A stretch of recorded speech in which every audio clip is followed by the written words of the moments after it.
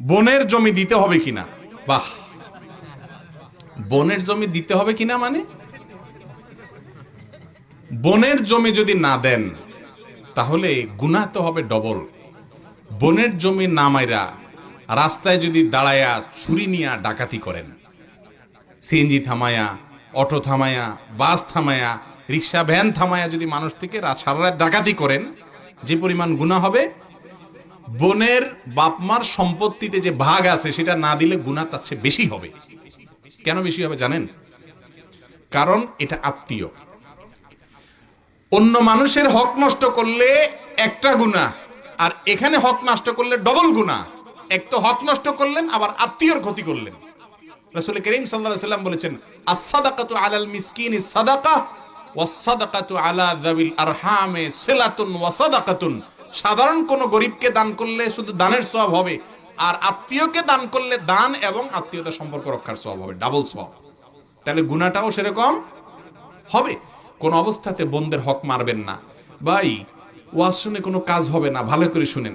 সুবহানাল্লাহ আলহামদুলিল্লাহ চিৎকার করে বলে যায় শুয়ে পড়লেন, কোনো লাভ নেই যদি বন্ধের হক মাইরা থাকেন। যেসব ভাইয়েরা বন্ধের হক দেন নাই, মা বাবার সম্পত্তিতে পাই পাই করে হিসাব করে জমি জমার যে পরিমাণ কোরআন তাদেরকে দিতে বলেছে তাদেরকে দিয়ে দিবেন। ফুফুদের হক দিয়ে দিবেন। বাপ মা দেয় নাই, বাপ চাচারা দেয় নাই, আপনারা দিয়ে দিবেন। যদি না দেন, অনেক সময় বোনরা লজ্জা বলে না, বলে কি, না ভাই আমার দায় দাবি নাই, এটা লজ্জায় বলে। কারণ নিলে আপনি ভাই যে ছেঁচড়া বোন জানে, বাপের বিটে আর উঠতে দিবেন না। এই জন্য ওই ভয়ে বোন বলে না ভাই দেওয়া লাগবে না, সাথে সাথে বলবেন বোন তোমার অধিকার তুমি নাও। ভাই বোন সম্পর্ক মরণ পর্যন্ত থাকবে, তোমার পাওনা নেয়ার পরেও থাকবে, নেওয়ার আগেও থাকবে। ঠিক না ভাই? ঠিক। অতএব বোনদের হক বুঝাই দিবেন। 90% বা আরো বেশি পার্সেন্ট মানুষ আমাদের দেশে নামাজ কালাম পড়ে, হজ করে, রোজা রাখে, দাড়ি রাখে, টুপি পরে, হুজুর ওয়াজ করে, ওয়াজ শুনে, সব ধরনের মানুষ। বোনদের অধিকার মারার বেলায় সবাই এক।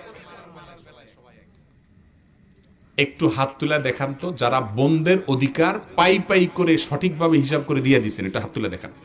বাপ মা মারা গেছেন, যাদের আছে এখন আলহামদুলিল্লাহ তাদের তো দেওয়ার প্রশ্ন নেই, দিয়ে দিচ্ছেন। কয়টা হাত উঠছে দেখছেন? একটু আপনারা হিসাব করেন ভাইরা আমার। ওয়াজ শুনে কানসুক করলে তো হবে না, সংশোধন করতে হবে। দিবেন তো হক ইনশাআল্লাহ? বোন মারা যেয়ে থাকলে তার ওয়ারিসদেরকে দিয়ে আসবেন। অনেক সময় করে কি, মূল বিটা থেকে দেয় না, ওই পিছনের নিচের জমি থেকে দেয়। ঠিক না বে ঠিক? এসব করলে হবে না। ওই মূল বিটাতেও বোনের ভাগ আছে, বলে একটা বিটা কয়জন মিলে ভাগ করবো? ঠিক আছে আপনি নেন, কিন্তু এইটার দাম আর ওই নিচের জমির দাম কি সমান? তাহলে এটা যেহেতু আপনি নিছেন, তাহলে তাকে টাকা দিয়ে বাকিটা পরিশোধ করেন, তা নাহলে গুনাহগার হবেন।